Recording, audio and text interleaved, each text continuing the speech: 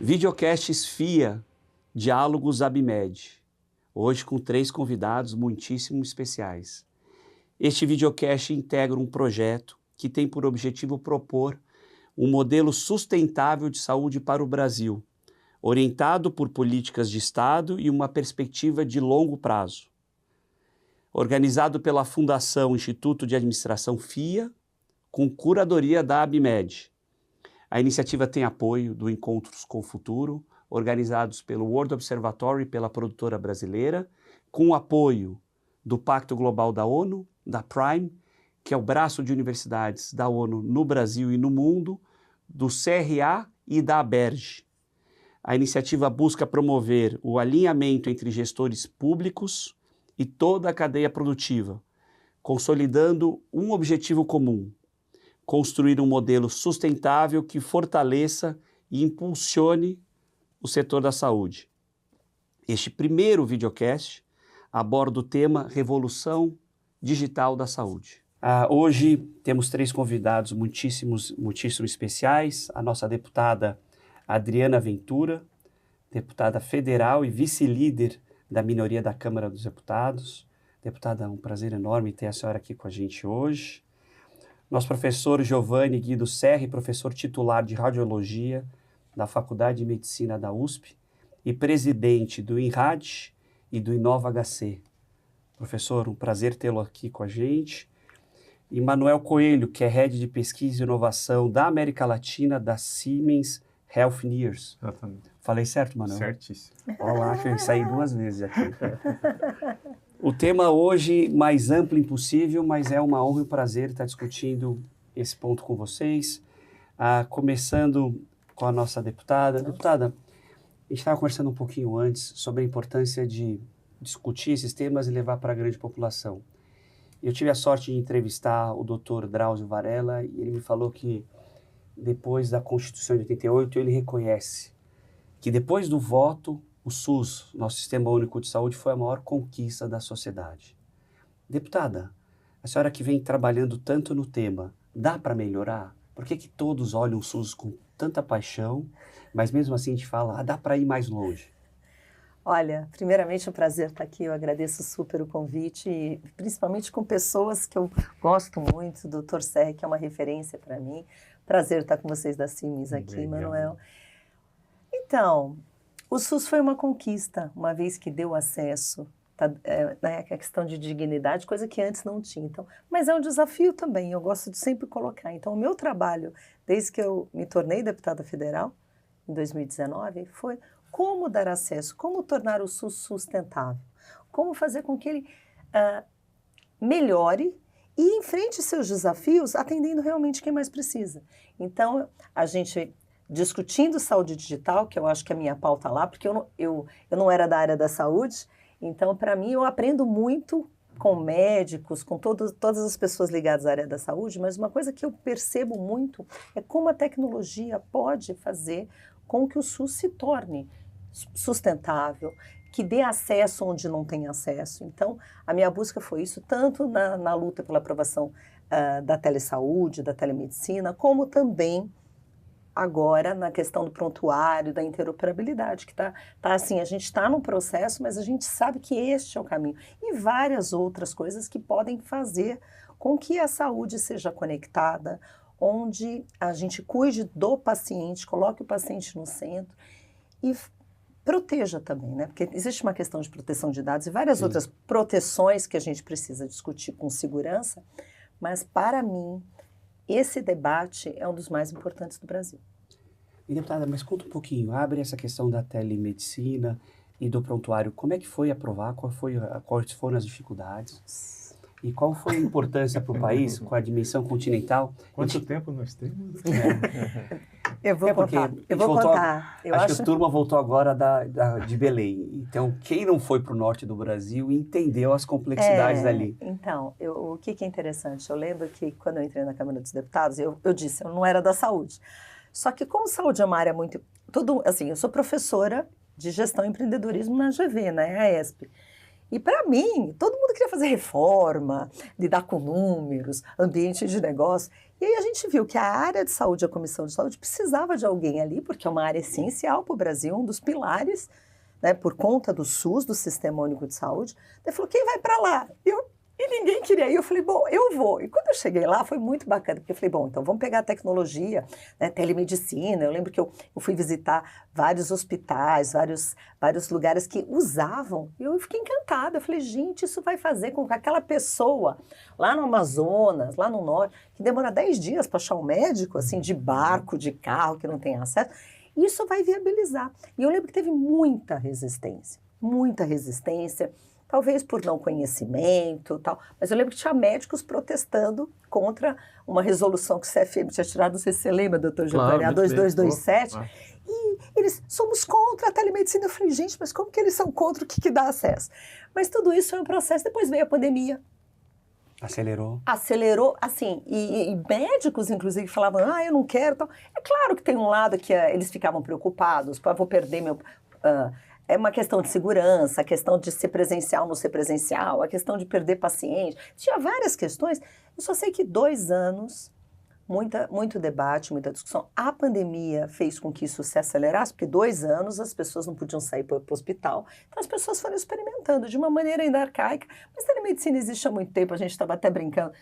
Existe há muito tempo. Ali, o que o parlamento tem que fazer é não atrapalhar e legislar para que não tenha insegurança. É para isso que estamos lá. Porque as coisas vão acontecendo naturalmente, não é? Elas vão evoluindo. Sim. Então, fazer uma coisa mais principiológica que permita que as coisas evoluam dando segurança e atendendo às necessidades da população, é isso. Então, a gente aprovou a lei rapidamente durante a pandemia de uso. Eu sou autora, muito feliz com isso. Parabéns. E depois, logo depois da pandemia, aprovamos, no final de 22, a lei da telesaúde, que entrou na lei 8080, que é a lei do SUS, a lei orgânica da saúde. Isso é um motivo de muito orgulho. E hoje, com inclusive auxílio de muitos e muitos braços, olha, está aqui o doutor Giovanni, que ajuda muito, e vários outros acima, todos são muito parceiros. Qual é o melhor caminho para falar de interoperabilidade, né? Isso é uma discussão que está no mundo, não é? O Brasil está super atrasado. Eu fui para o Reino Unido, fui para vários países, fui para os Estados Unidos. Isso é uma questão que envolve muita coisa, que envolve muita preocupação ali, reserva de mercado ali, discussões comerciais ali. Então, é um debate, mas acho que a gente está andando muito bem, a gente está num bom diálogo com o CEIDIG, que é a Secretaria Digital, que a secretária Anistela toca de uma maneira muito competente, e a gente está nesse discurso para achar um bom texto, porque eu sou relatora e a gente está nesse vai o texto, volta o texto, a gente está nesse debate final. Eu vejo esse ponto, deputada, e eu puxo aqui para o professor, como é importante a gente colocar na mesa, acho que essa é a função que a ABMed vem buscando, diferentes atores, para a gente conseguir não só orientar políticas públicas, mas ver o que falta para a indústria, para a academia e para os hospitais. Professor, dentro da USP, da Faculdade de Medicina, na academia, dentro do HC, o que o senhor vê como gargalos? O que falta para fazer que o SUS se digitalize, que funcione melhor, mais rápido? Aqui, de quem está no front. Bom, primeiro, também é um prazer estar aqui. A Adriana Ventura, que hoje é da saúde, né? A partir do projeto de telemedicina, ela passou para a saúde, está envolvida no projeto de inteligência artificial, da regulação de inteligência artificial. Esqueci de contar essa parte. Obrigada, Giovanni. Não, mas a gente vai voltar. E o Manuel, que há muito tempo na Siemens, com quem temos uma grande relação, e que fez doutorado lá na radiologia, na USP também. Então, não são médicos de formação, mas fazem parte dessa grande família que é a saúde. Eu vejo o seguinte, eu vejo que toda nova tecnologia, ela tem resistência, né? Isso desde a primeira revolução industrial, máquina a vapor, houve uma reação à nova tecnologia que a sociedade muitas vezes vê as novas tecnologias como uma ameaça, né? Sim. Cumpre a academia, liderar o processo de transformação, né? Então, tanto que durante a pandemia, o Hospital das Clínicas, através do HC, elegeu a transformação digital como a meta prioritária da instituição. Depois, em parceria com o governo britânico, né, nós criamos um plano de saúde digital para o país, né? que, aliás, estamos implantando aqui no estado de São Paulo. E fizemos muitas ações com o governo federal, tanto atenção primária na região amazônica, de conectividade com comunidades indígenas do Mato Grosso, a tele-UTI, né? Nós monitoramos e baixamos a mortalidade em UTIs do Brasil inteiro. Então, cumpre a academia ser a vanguarda e mostrar que as tecnologias elas vêm contribuir para algo que é muito importante no SUS. Realmente o SUS foi uma grande conquista da população, mas o SUS é muito desigual. Né? O SUS não é igual para todos. Né? O acesso para uma boa parte da população é difícil. Né? E quando se fala, não, acesso a populações remotas, a população da Amazônia tem acesso difícil, a população da periferia de São Paulo tem acesso difícil. Né? Então, essa desigualdade é o grande problema do Sistema Único de Saúde. Né? Nós enxergamos a tecnologia, a transformação digital, como uma grande possibilidade de reduzir essa desigualdade e melhorar o acesso. Né? Porque aí o médico especialista ele pode estar em qualquer lugar. No futuro, um cirurgião em São Paulo pode operar uma criança na região amazônica, onde não tem o cirurgião. Porque o que nós não queremos é que a população, que um paciente com um câncer tenha que sair do Nordeste para se tratar em São Paulo, em outro lugar. Né? Então, a transformação digital pode ajudar a resolver o grande problema da desigualdade, do acesso. E quando falo de desigualdade, também é desigualdade de qualidade de saúde oferecida. Né? Sim, claro. E aí nós temos a telesaúde, né? A necessidade da conectividade, a inteligência artificial e a interoperabilidade, que são braços todos de um mesmo sistema de transformação da saúde, que nós vemos não só como bom para o cidadão, mas também como um instrumento importante de sustentabilidade econômica. Claro. Só a interoperabilidade nós estimamos que pode reduzir em 15% o custo da saúde. Então, nós precisamos da transformação digital para poder dar sustentabilidade para a saúde econômica. E é claro que também dentro das hospitais clínicas existem resistências às mudanças, mas a academia tem o dever, né, de ser impulsionadora dessa transformação. Puxar essa fronteira. Mas, professor, abre a questão da interoperabilidade. Tudo começa por dado, informação. O que o senhor vê que é o ponto que a gente tem tecnologia e ainda não usou, ou se falta tecnologia? Assim, em relação à interoperabilidade, na verdade, os dados estão. Né? Nós temos os dados nos hospitais, temos dados no setor público, temos dados na UBS. O problema é que esses dados, eles não existe como... O paciente vai da atenção primária, secundária, terciária, no sistema público ou privado. Mas ele não carrega com si os dados. Os dados ficam isolados em caixotes. Né? E o que isso ocasiona? Ocasiona que em cada lugar que ele vai, ele repete os exames, repete a consulta, repete as informações. E muitas vezes, num pronto-socorro, ele precisaria dessas informações anteriores para poder ser tratado com mais eficiência e mais rapidez. Essas informações não estão lá. Então, o que nós precisamos? Precisamos conectar, né, essas informações que estão nas várias nuvens. Né? E para isso, o Nova HC desenvolveu um projeto de interoperabilidade, né, que a deputada e o Manuel sabem bem, né, porque participam desse projeto, que é de replicar o que existe no sistema financeiro. O sistema financeiro já tem interoperabilidade. Tanto que o nosso projeto com a B3. Nós vamos lançar isso no dia 15 de dezembro, na Bolsa. Nós vamos lançar esse projeto que envolve o setor privado. Envolve hospitais, laboratórios, a operadora, com apoio da ANS e também do CEDIG, do Ministério da Saúde.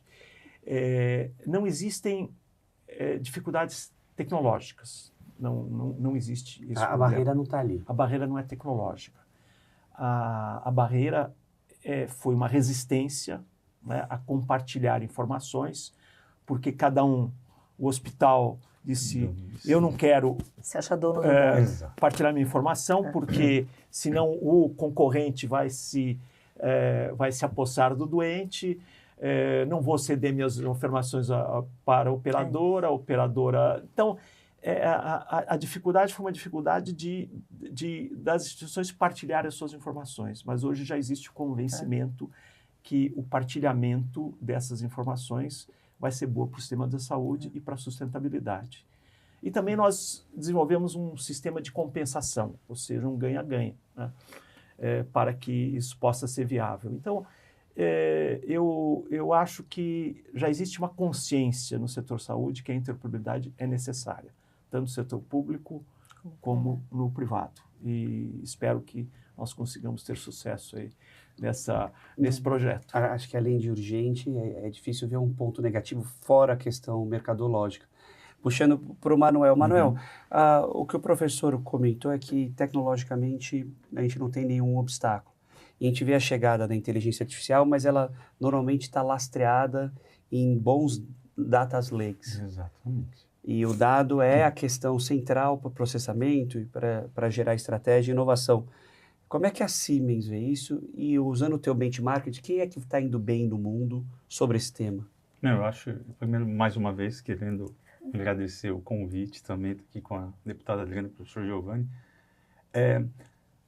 Olhando de uma maneira geral, né, assim, eu acho que a qualidade do dado é o que se tem mais importante, porque assim, a qualidade do algoritmo que você vai usar, a precisão do diagnóstico, do que quer que ele vai fazer, ela está intimamente ligada à qualidade do dado que você levanta.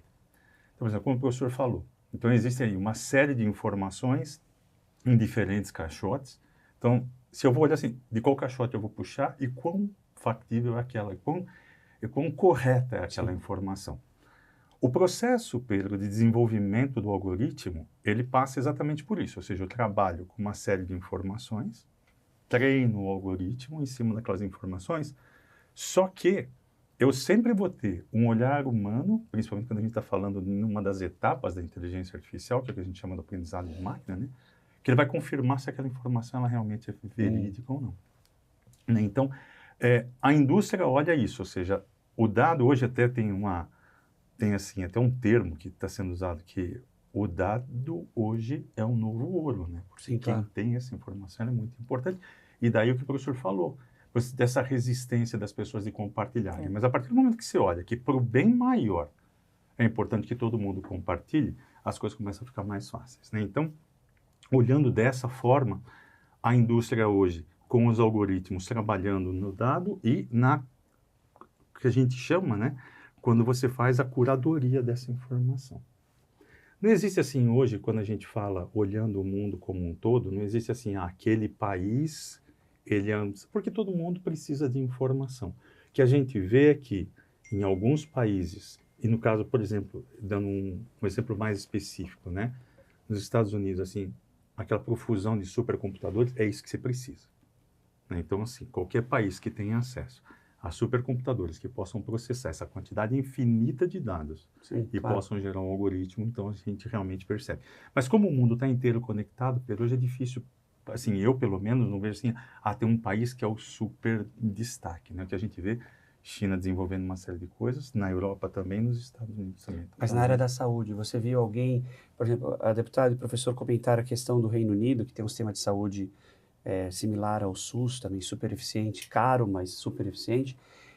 Eles têm trabalhado bem a questão do dado, da segurança do dado, inclusive? Não, da segurança do dado é a base. Assim, sem isso não avança nada. Né? Então, assim, cuidar disso. E o que a gente percebe, pelo menos assim, globalmente, agora sob a nossa perspectiva, né? O que a gente percebe é que existem algumas ilhas de conhecimento, que você tem algoritmos mais dedicados a isso ou aquilo em diversos países. Ou seja, não tem hoje, pelo menos na minha perspectiva, né?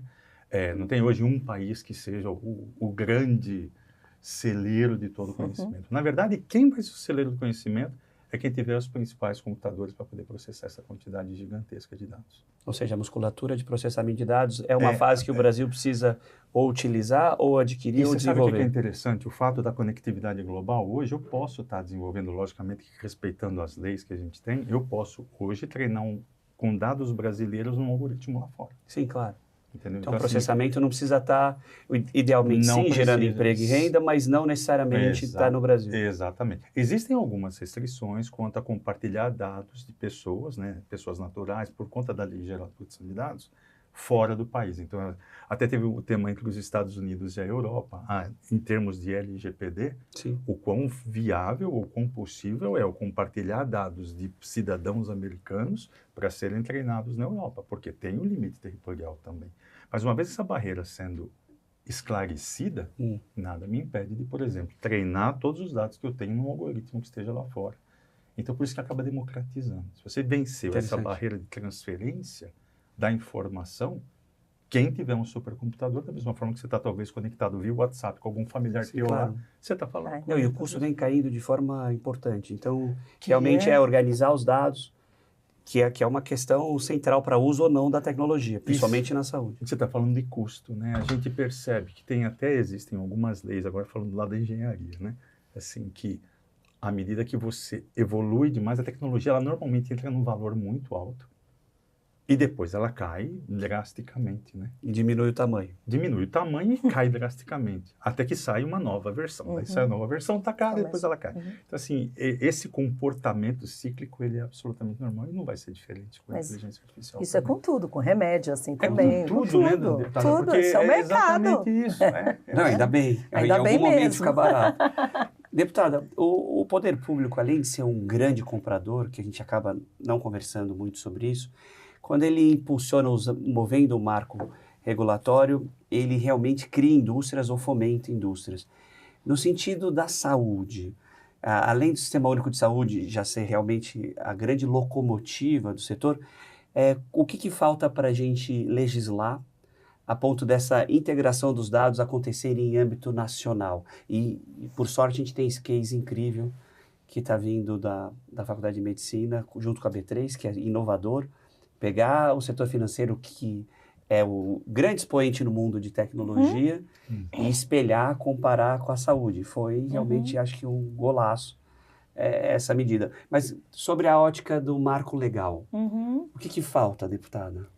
Vontade política. Vontade política. Porque assim, né, existe uma questão de momento político e vontade política. Então, eu fico perguntando, olhando para trás dos últimos anos, eu falo assim, gente, será que se aquela pandemia, o que teria acontecido se a pandemia não viesse? A gente teria uma lei da telesaúde na lei 8080? Talvez não. Tem uma coisa de contexto e amadurecimento.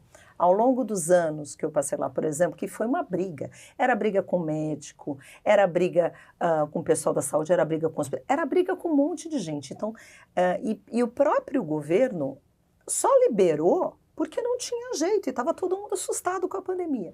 Então, depois do amadurecimento, e mesmo ao longo da pandemia, eu lembro, eu fiz mais de 30 audiências e muita gente contra, muitas especialidades médicas contra, outras áreas contra, os veterinários. Você vê muita gente contra ou a favor. Mas isso é um processo de amadurecimento até para acomodar riscos, problemas, inseguranças, resistências. Isso faz parte do processo. Eu acho que a questão da interoperabilidade é a mesma coisa. É a mesma coisa que está acontecendo com inteligência artificial. Sim. Tem um monte de gente assustada que só vê risco, parece que todo mundo vai morrer, parece que todo mundo, nossa, vem aqui e o pior vai acontecer. Então, a gente precisa proibir tudo, tudo é risco alto. Então, faz parte de um amadurecimento todo esse processo.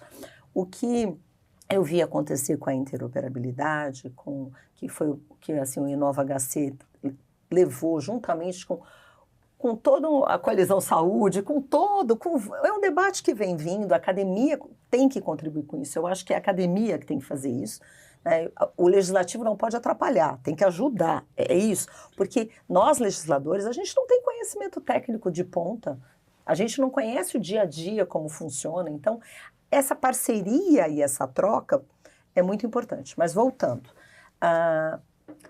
falta esse amadurecimento ainda para alguns players. Por exemplo, a gente está construindo um texto.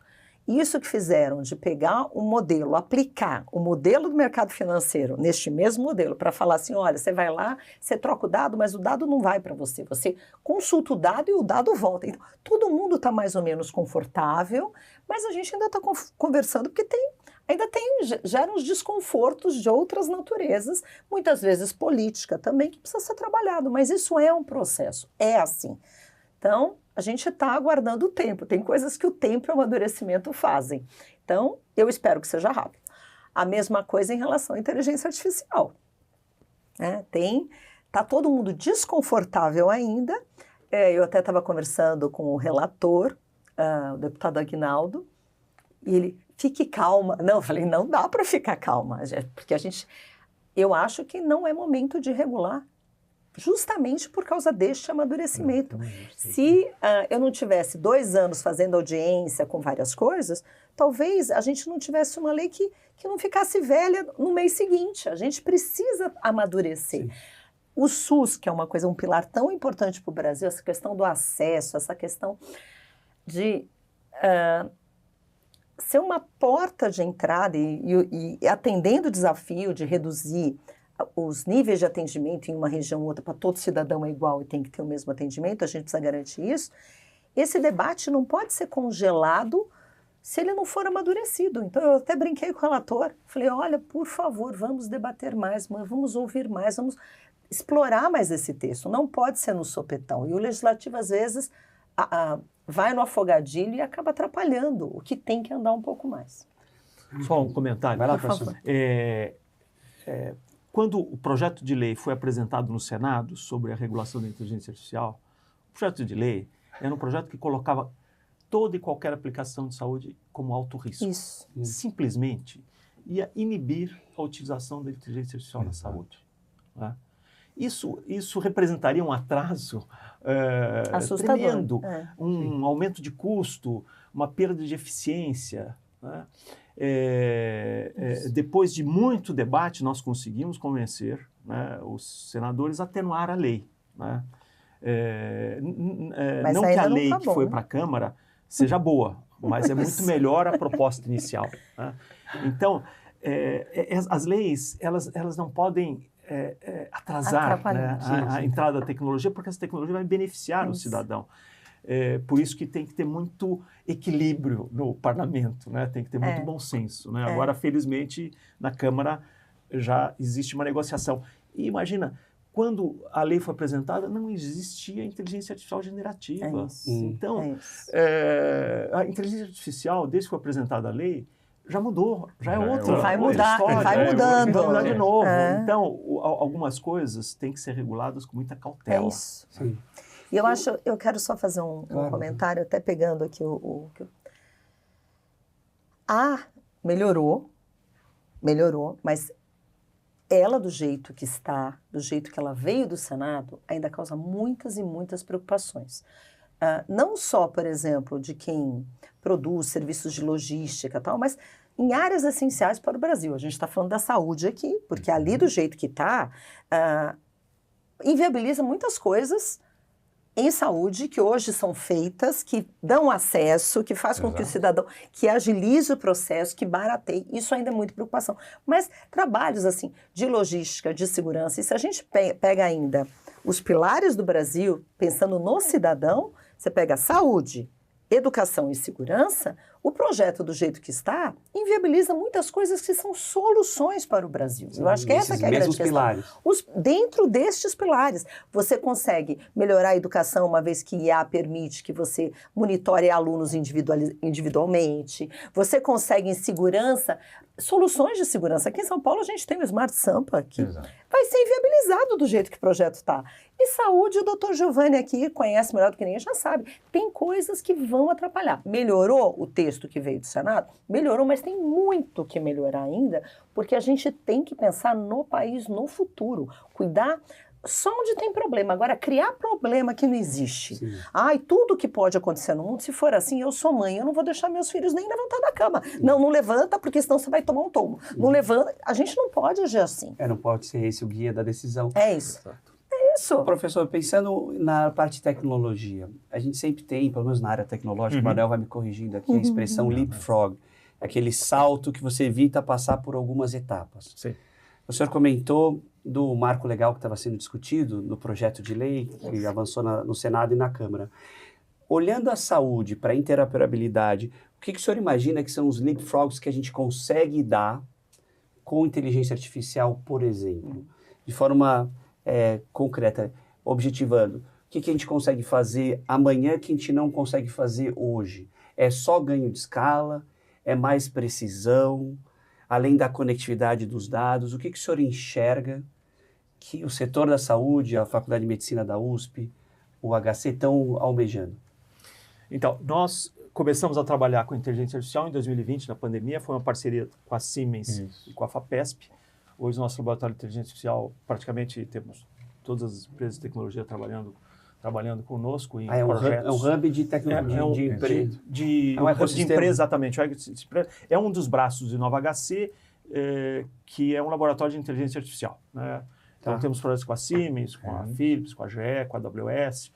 E nós visamos colocar essa inteligência, esse algoritmo de inteligência artificial na rotina do dia a dia do hospital. Tá bom.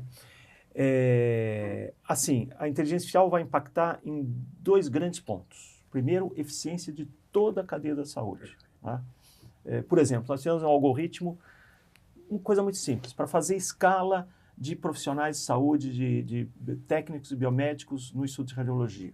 São 300. Né? Para fazer a escala demorava 3 pessoas, demoravam 3 dias para fazer a escala. O algoritmo hoje faz em 20 minutos a escala de de um mês de trabalho. Né? Sim, claro. Então, primeiro, eficiência. E eficiência representa economia. Tá? E faz com que o foco fique nos aspectos importantes. Então, por exemplo, o médico vai ter mais tempo para falar com o paciente, porque a parte burocrática, a inteligência artificial pode resolver. Os processos melhorar. Por exemplo, existe algoritmo que já apresenta para o médico um resumo do histórico do paciente, antes do médico ficar procurando, pontuário. Quando o médico faz a consulta, ele tem que transcrever essa consulta para o prontuário eletrônico.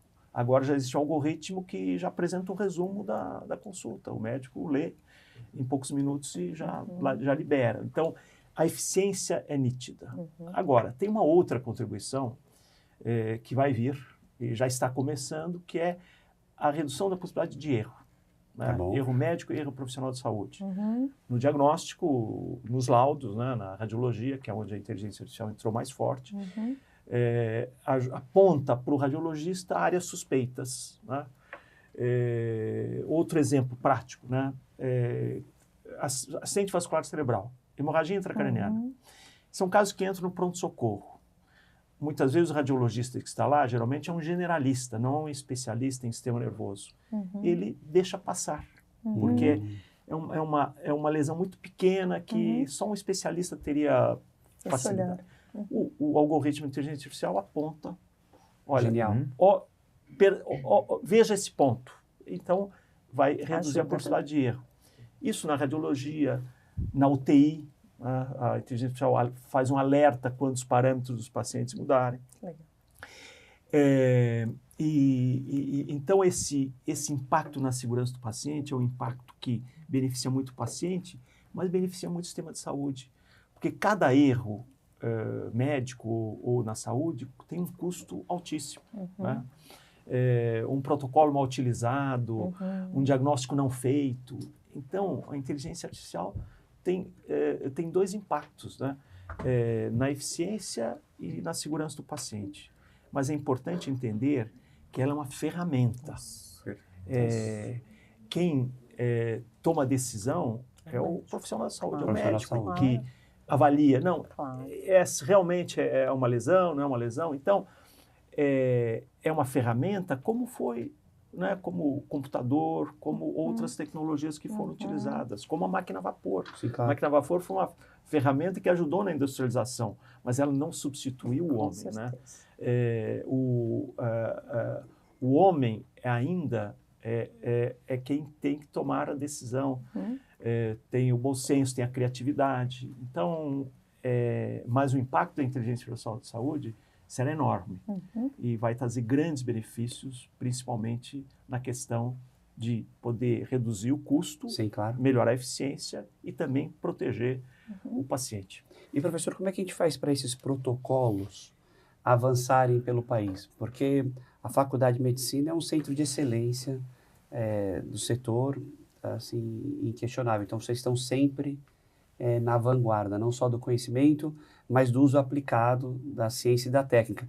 Como é que a gente faz para que essas soluções interiorizem? É possível levar isso para outros serviços? Eu diria que, e talvez uma pergunta que os residentes nossos já me fazem muitas vezes, você fala tanto em inteligência artificial, mas quando é que nós vamos usar essa inteligência artificial no dia a dia? No dia a dia. Então, veja que esse é um problema que nós temos dentro do Hospital das Clínicas, dentro da radiologia do Hospital das Clínicas. Por quê? Porque é uma questão de capacitação, né? Então, nós temos a tecnologia, mas nós precisamos botar essa tecnologia dentro do dia a dia da medicina, né? Como fazer, né? Então, nós precisamos validar os algoritmos e introduzi-los no dia a dia. Por isso que nós temos que capacitar os profissionais de saúde, e nós temos uma estratégia para isso, para que eles comecem a utilizar os algoritmos e, à medida que eles forem sendo utilizados, eles passam para a rotina. E daí os profissionais que nós formamos, eles vão para todos os lugares do Brasil e vão começar, é claro, isso, o Hospital das Clínicas, mas em vários pontos no país isso acontece, e nós conseguimos fazer com que a tecnologia passe a ser uma realidade. É aquela curva da tecnologia, ela começa, claro, depois acelera, né? Nós ainda estamos nesse início ainda não entramos na fase de aceleração da incorporação da tecnologia. A nossa estratégia para introduzir a inteligência artificial na nossa rotina é treinar os jovens nesses algoritmos. Tá? E os jovens ensinarão os mais experientes que eles são early adopters, eles aceitam melhor e usam mais rápido. E nós fizemos isso na radiologia. A telemedicina existe há 3 décadas, a teleradiologia. E nós tivemos a mesma dificuldade quando os radiologistas mais antigos resistiram. Eles queriam ver a radiografia, eles não queriam ver no computador. Aí nós ensinamos os jovens e os jovens fizeram com que os radiologistas mais antigos entrassem na teleradiologia. Eu acho que a tecnologia entra muito mais fácil pelos jovens. Sim, claro. E aí ensinam as outras gerações e a tecnologia vai adiante. Eles são nativos da tecnologia. Exato. Eles nasceram com o celular na mão. Né? Daí é mais rápido. Manuel, traz um ponto aqui, um ponto curioso do setor privado, porque aqui a gente tem setor público, academia, o próprio serviço de saúde e o setor privado. Isso. Então, eu acho que não dá para ter uma discussão melhor. Mas o setor privado tem muita musculatura, inova bem, tem capital, avança com muita força. Mas o setor de saúde é regulado. Sim. Então, tem uma complexidade de agir. E vocês vão trabalhando ombro a ombro com o setor para avançar. Como é que estar num hub como esse? E como é que vocês conseguem catalisar soluções que são fáceis para a tecnologia, mas para serem rápidas e serem adotadas? A pergunta é super legal, porque no fundo, qualquer tecnologia, e aí não precisa nem ser só na área da saúde, né? Ela tem que se mostrar custo-efetiva. Você abrir a mão de um lado para poder justificar por outro. Por que você vai mudar de A para B? E na saúde isso daí acontece, né? Então, por exemplo, tem a Conitec, tem uma série de comitês em Brasília, por exemplo, que para eu poder apresentar um dossiê de que minha tecnologia realmente faz sentido, eu tenho que ter uma análise de custo-efetividade associada, porque senão não tem sentido o SUS adotar. Né? Isso é a indústria que produz ou tem mais... A indústria produz porque a gente tem que... Então, vamos supor, eu vou lançar uma nova tecnologia, então, até é bem interessante, né, pessoal, porque é um grupo que a gente chama, na verdade é uma prática que a gente chama de acesso ao mercado. Tá. Então, qualquer tecnologia que você vá, e na saúde não é diferente, tá? Mas falando especificamente da saúde, eu sempre tenho que envolver, no mínimo, 3 pilares. Um pilar são as sociedades médicas, porque o médico tem que adotar aquela tecnologia. Sim. A outra é a própria parte regulatória, onde eu vou buscar todas as evidências científicas que provam que aquela tecnologia faz sentido. E uma terceira perna, que é super importante, que é a parte do reembolso. Como que vai se pagar por aquela nova tecnologia? Sim.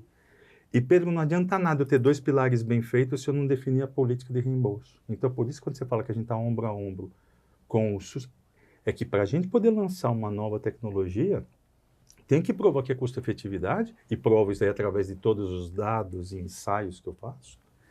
Tenho que ter a sociedade médica junto comigo para falar assim, não, realmente, ó, é esse algoritmo, como o senhor está falando, ele é super eficiente, ele realmente faz o que tem que fazer.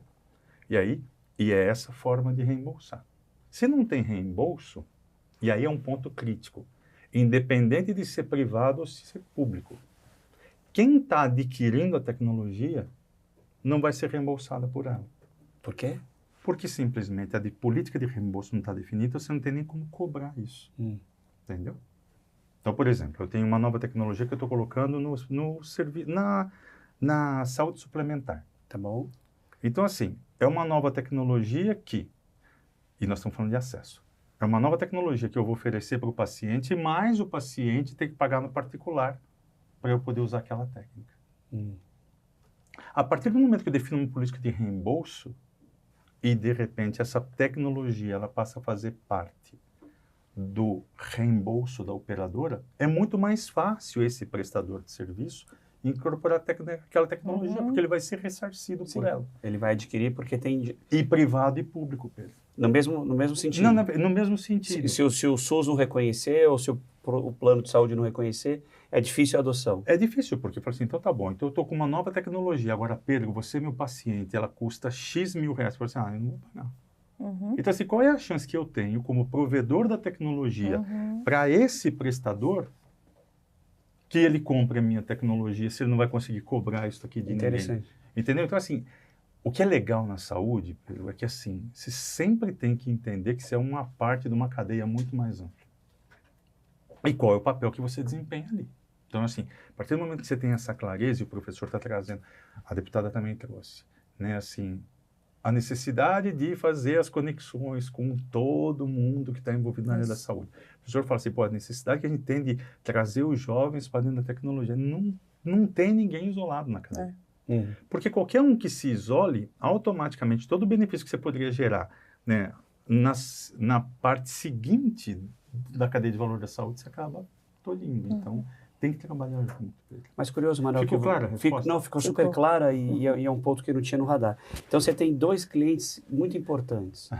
O SUS e os planos de saúde, para você ter esse trabalho de advocacy, para você mostrar a eficiência, mostrar o ganho de escala, a melhora no diagnóstico. Então, você ainda tem sempre esses obstáculos, quando é disruptiva, quando é nova. Na verdade, o que acontece? A partir do momento que você coloca uma nova tecnologia, ela entra no que a gente chama no rol da ANS, ele passa a ser, ele tem que ser reembolsado. Então, assim, as operadoras têm que oferecer aquilo. Só que só entra no rol da ANS se eu passei na Anvisa, com a tecnologia já se provou custo efetivo, entendeu?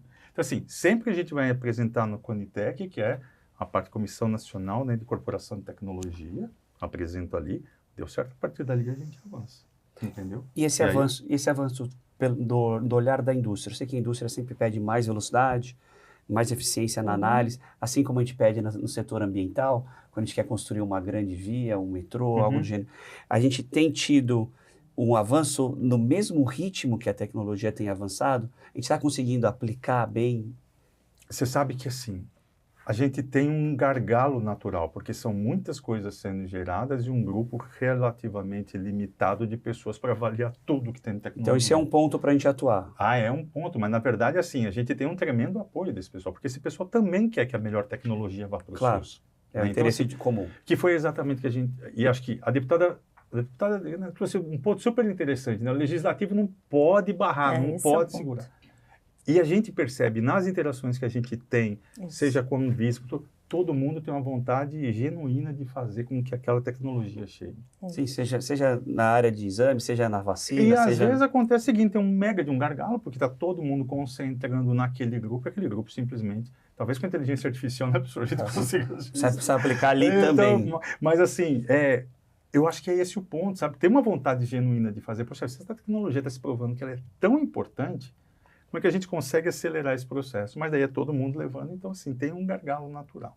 Então, assim, talvez precisaria ser feito algo para aumentar a capacidade ou a produtividade desse grupo. Mas em termos de comprometimento, a gente nunca enfrentou nenhuma barreira que fala assim, né, isso aqui não vai entrar, não esquece. Isso a gente nunca percebeu. Agora um ponto, professor, que o senhor comentou, a deputada também trouxe. Aí e a capacitação, qualificação da nossa mão de obra? Porque o senhor está dentro de um serviço de saúde que já tem essas facilidades por ter um hospital-escola que funciona como um relógio. Mas e para capacitar e qualificar para novas tecnologias, para que eles apliquem melhor, adotem melhor, aumentem a velocidade? A via de entrar pelos jovens eu já entendi. Mas a gente tem conseguido trazer isso para os cursos e para a extensão? O que o senhor tem achado? Assim, eu dou um exemplo, né? Quando nós começamos o projeto de saúde digital com o governo britânico, o primeiro trabalho foi fazer uma pesquisa entre os colaboradores do hospital, perguntar o que eles achavam da teleconsulta, se eles eram favoráveis ou qual a posição. E 80% se manifestou favorável à teleconsulta e que eles queriam utilizar, mas que eles não se consideravam capacitados para utilizar a tecnologia, mostrando claramente. E nós temos a mesma pergunta agora em relação ao algoritmo de inteligência artificial. Então, o que mostra que o problema é capacitação. Aí o que nós fizemos? Nós fizemos um curso no HCX, que é o braço de educação continuada do Hospital das Clínicas, para um curso de formação em teleconsulta. Então, ensinando passo a passo, a linguagem, a questão regulatória, as leis, a questão da remuneração, como se comportar com o paciente. Então, nós temos que capacitar, né, o grande público para isso, né? E esse nosso curso era um curso online, digital à distância, né? Milhares de pessoas ainda fazem esse curso, né? Então, e nós passamos a introduzir essas disciplinas na graduação nossa, né? E na pós-graduação. Hoje nós temos disciplinas de inteligência artificial, de saúde digital, disciplina prática de saúde digital para os internos. Todo residente tem que fazer esse curso de telesaúde. Já virou matéria obrigatória, inclusive na residência. Exato, porque nós temos que formar, né, os profissionais, capacitar esses profissionais para poderem utilizar essas novas tecnologias. É um processo gradual. Nós não conseguimos fazer isso de uma forma rápida, né? Nós temos que consolidar ao longo de anos, às vezes uma década, para poder avançar no sentido da introdução de uma nova tecnologia tão complexa que é a saúde digital, né? Porque a teleconsulta, o problema da conectividade, tem que ter conectividade, se não tem conectividade não tem saúde digital, tem inteligência artificial que contribui, tem os vestíveis, né? Tem todos os devices que monitoram o paciente à distância, então é uma área muito rica, e uma área muito rica para inovação, uma área muito que cria grandes oportunidades para o empreendedorismo, para startups, para a indústria. Sim, claro. E nós temos que impulsionar isso com a capacitação, fazendo com que os profissionais de saúde sintam a necessidade de utilizar essa tecnologia, porque senão eles vão ficar para trás. Né? Sim. Professor, o senhor sente falta de algum player, ou que algum player esteja mais presente nesse tabuleiro no sentido de capacitação e qualificação? Porque, por exemplo, quando a gente vai para a indústria, a gente tem o Sistema S, quando a gente tem as federais que estão interiorizando cada vez melhor. O que o senhor acha que falta ali no tabuleiro para a gente catalisar a qualificação ou requalificação dos nossos profissionais de saúde na linha da tecnologia? Que player o senhor gostaria que tivesse mais atuante? Então, eu acho que é um movimento, né? Esse movimento da saúde digital é um movimento que ainda está concentrado em algumas instituições. Tá? Se bem que eu digo que no estado de São Paulo, por exemplo, muitas prefeituras hoje, né, a deputada sabe bem, muitas prefeituras usam a teleconsulta, usam o instrumento de saúde digital. Existe uma grande curiosidade pelos algoritmos de inteligência artificial. Então, eu sinto que o movimento é um movimento hoje muito positivo, né? As resistências hoje são muito pequenas, né? Hoje, toda a comunidade da saúde aceita bem a tecnologia, a grande maioria aceita, quer utilizar, né? o que realmente falta são mais centros que possam capacitar os profissionais na utilização dessas novas tecnologias, né? Nós vamos replicar isto no país em larga escala, né? Sim. Esse é um processo de educação mesmo, né? Eu acho que ele é contínuo, acho que faz parte, né? exatamente. E cada um que nós educamos vai poder replicar isso em algum outro lugar. É um multiplicador. Exatamente. E, professor, o senhor vê que quem tem o skill natural para isso são as faculdades de medicina, os hospitais. Tem algum outro centro que o senhor vê nessa linha ou são esses atores? Assim, as universidades têm essa missão, né, de potencializar as tecnologias. Mas eu vejo que, por exemplo, nós estamos numa discussão assim com as FATECs, né? Ótimo. Estamos criando uma FATEC da saúde, né? Legal. E nessa FATEC da saúde a ideia é ter inovação, ter genial, tecnologia de informação, ter empreendedorismo, ou seja, levar Legal. isso também para o nível técnico, né? Que legal. Que essa discussão não fica só a nível, né, da universidade, né? Nós temos que fazer com que isso desça em toda a cadeia profissional, né? Deputada, um ponto importante no Brasil, a gente tem mais de 5 mil municípios que estão ali sempre, onde a coisa acontece, porque no fundo a gente mora numa cidade, numa comunidade, algumas decisões estão centralizadas em Brasília, mas a nossa vida está ali no dia a dia. Como é que a gente faz para apoiar as secretarias de saúde ali na ponta? Né? Como é que a gente faz? A gente tem algum observatório? Falta isso no âmbito, na esfera nacional, fomentar isso para dar mais pronto para a prefeitura e falar assim, ó, vamos, a gente consegue investir em tecnologia, você consegue adotar isso? Olha, eu vou começar a falar algumas coisas, mas eu acho que seria muito bacana depois, tanto o Manuel como o Dr. Giovanni complementarem, porque eu acho que este ponto que você está trazendo vai muito além do poder público. Então, começando, existe ali, a gente sabe na saúde, uma gestão tripartite, né, CONAS, CONASENS, que tem discussões com a União, com o Ministério, mas a questão é como é que chega na ponta, porque a vida acontece nos municípios, só que os municípios não têm dinheiro. Então, a gente começa, assim, dando 2 passos para trás. Então, a gente não está nem falando de saúde, a gente está falando de como o pacto federativo se organiza, ele precisa ser rediscutido. Porque, querendo ou não, o dinheiro é arrancado dos municípios e vai para a União, e a União redistribui. E existe um debate sério a ser travado, que não é travado, isso já tem muitos anos, de como vamos distribuir, quem é responsável por quê. Porque eu viajo bastante, até porque...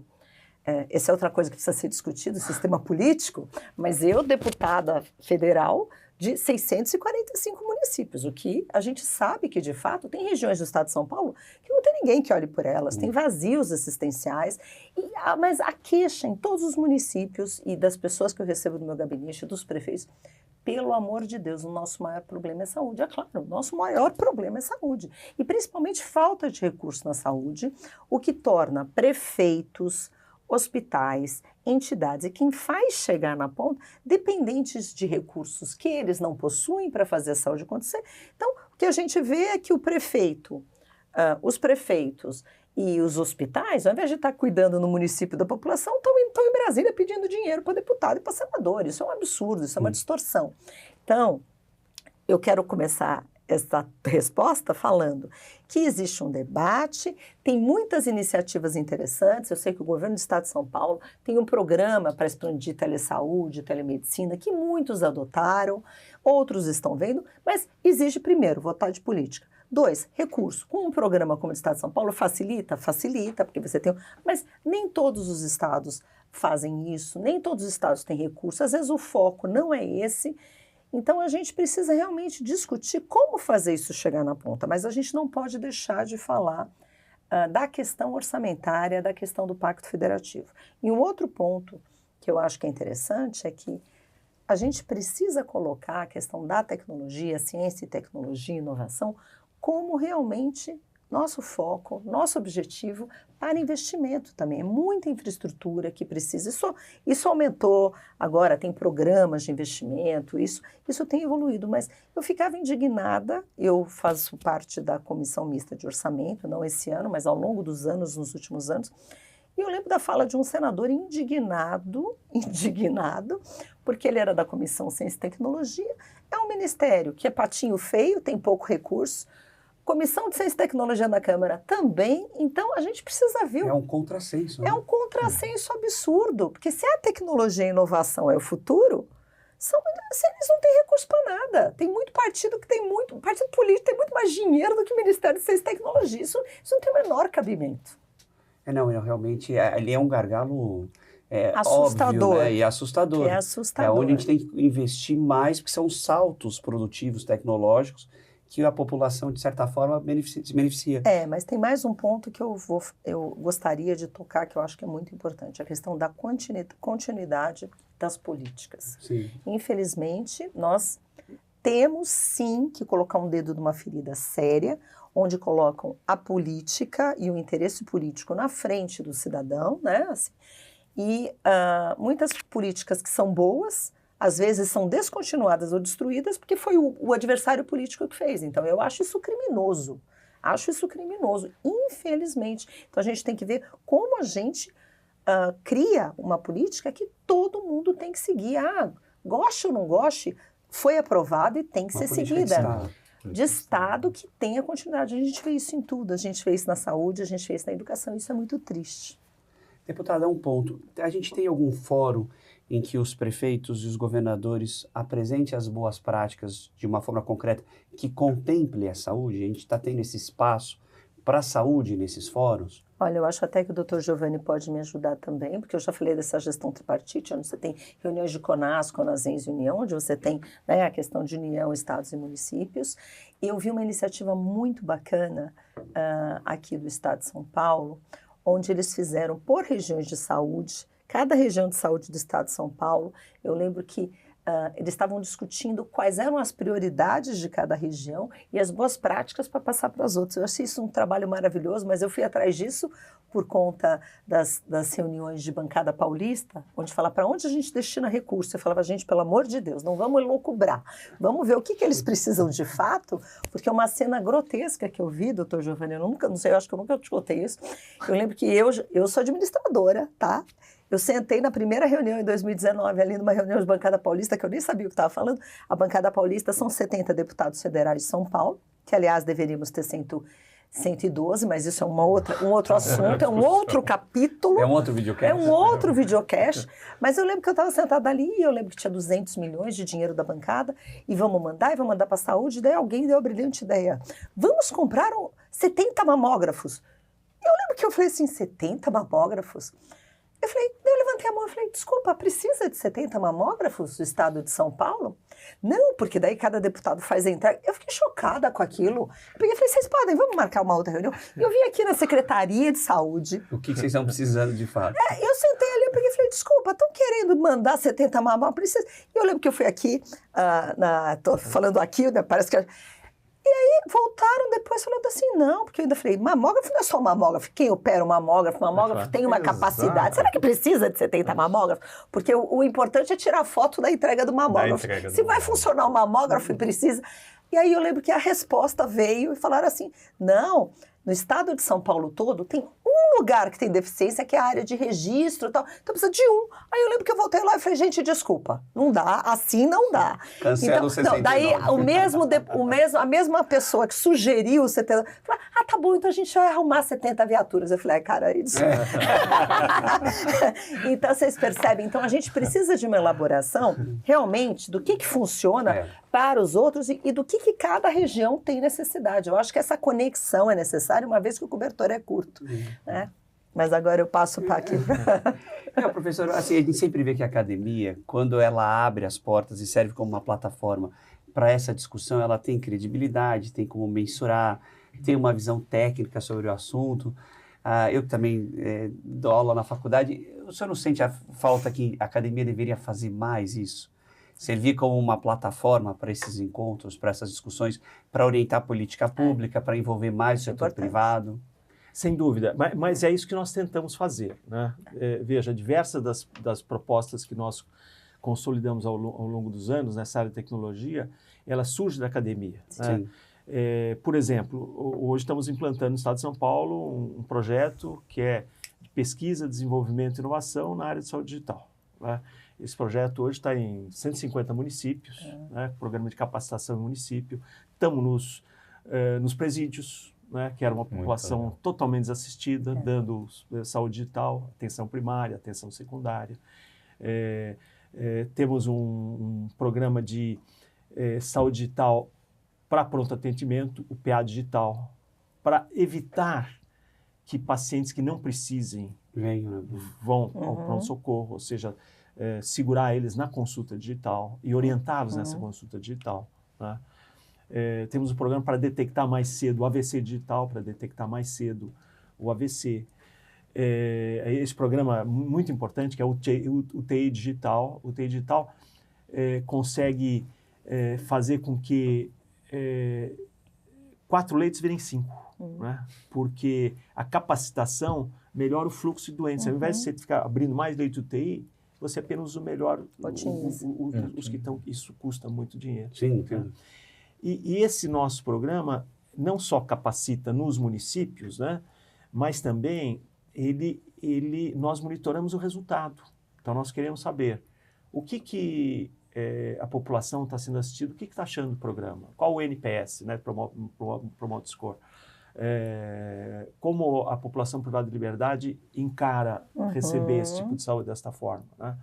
Então, quando você oferece um programa, você tem que avaliar os resultados, você tem que saber o resultado, inclusive para ver o que você tem que modificar para que ele seja mais eficiente. Então, eu diria o seguinte, que a academia, até 2 décadas atrás, ela fazia muitos trabalhos que interessavam ao pesquisador. Né? Eu acho que nessa última década, 2 décadas, a academia virou para fora. Ou seja, tem muita parceria público-privada. O nosso parceria com a Siemens é um exemplo. Né? Hoje, nós temos dezenas de empresas atuando no nosso hub de inovação. Mais que essencial. Né? E dali podem surgir políticas públicas, como o programa de saúde digital, como a questão da conectividade. Nós somos pioneiros na introdução do 5G na saúde, porque nós entendemos que nem todas as regiões do Brasil são atendidas por rede de telefonia.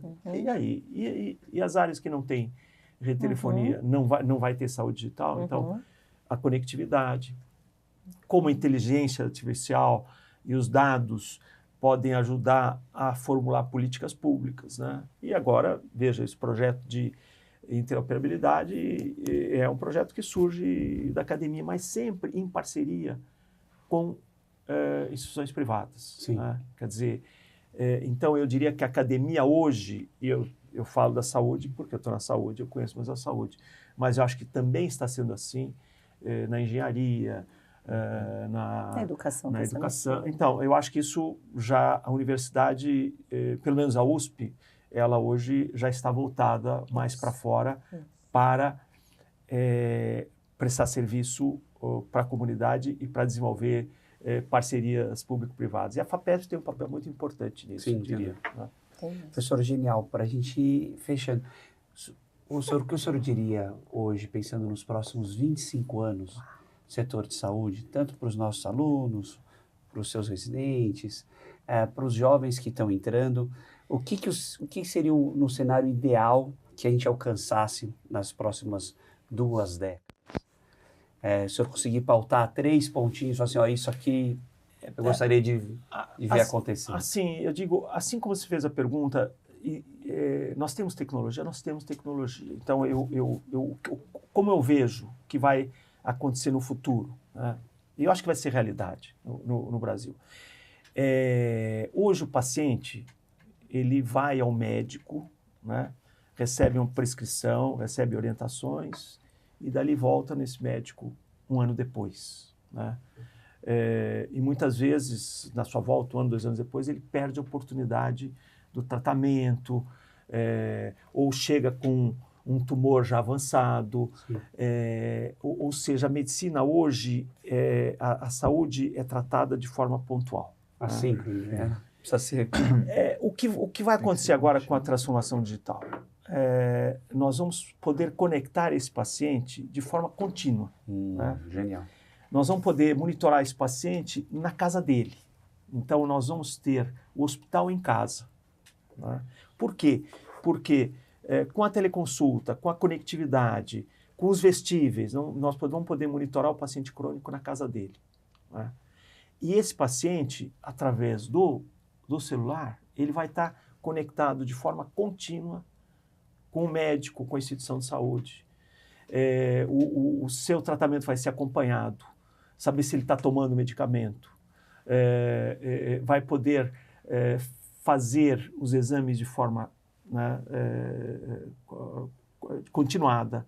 Ou seja, nós vamos poder monitorar a pessoa de forma contínua e ela vai estar ligada ao sistema de saúde de forma permanente. Essa é a grande mudança. E muito do que hoje é feito no hospital vai poder ser feito na casa do paciente, com muito mais conforto, facilidade e num custo muito menor. O profissional de saúde, médico, pode estar em contato com o paciente 24 horas por dia. O paciente não precisa ir ao pronto-socorro para ver o médico. Então, eu vejo como a grande mudança, a grande transformação da saúde.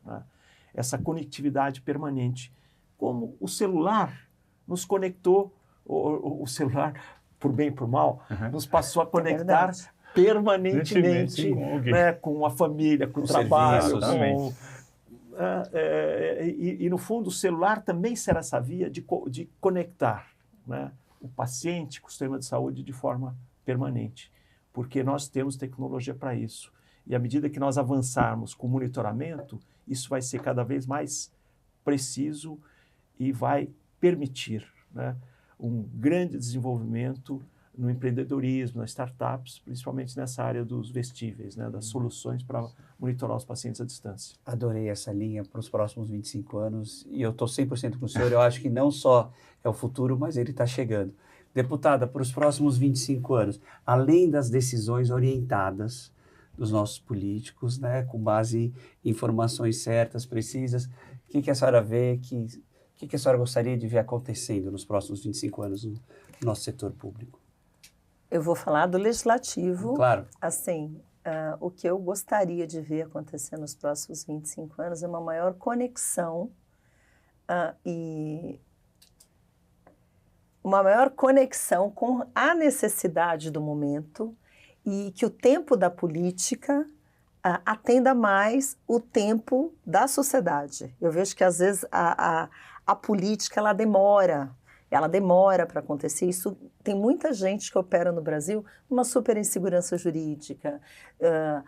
E muitas vezes fala assim, gente, mas por que... Ou então cria leis que atrapalham. Proíbe coisa que é feita e que funciona. Então, tem coisas na política que muitas vezes há um interesse difuso. Porque quem está lá, tecnicamente, tem que resolver os problemas de uma sociedade que existe. E às vezes eu vejo que falei assim, por que a gente está votando isso? Quem que está sendo beneficiado aqui? A população? Então eu acho que a política precisa, sim, eu acho que a sociedade tem um papel importante de colocar a política no lugar, porque existe uma necessidade de conexão e atendimento de necessidade, de dores que a sociedade tem, no timing adequado, que eu não vejo isso acontecer.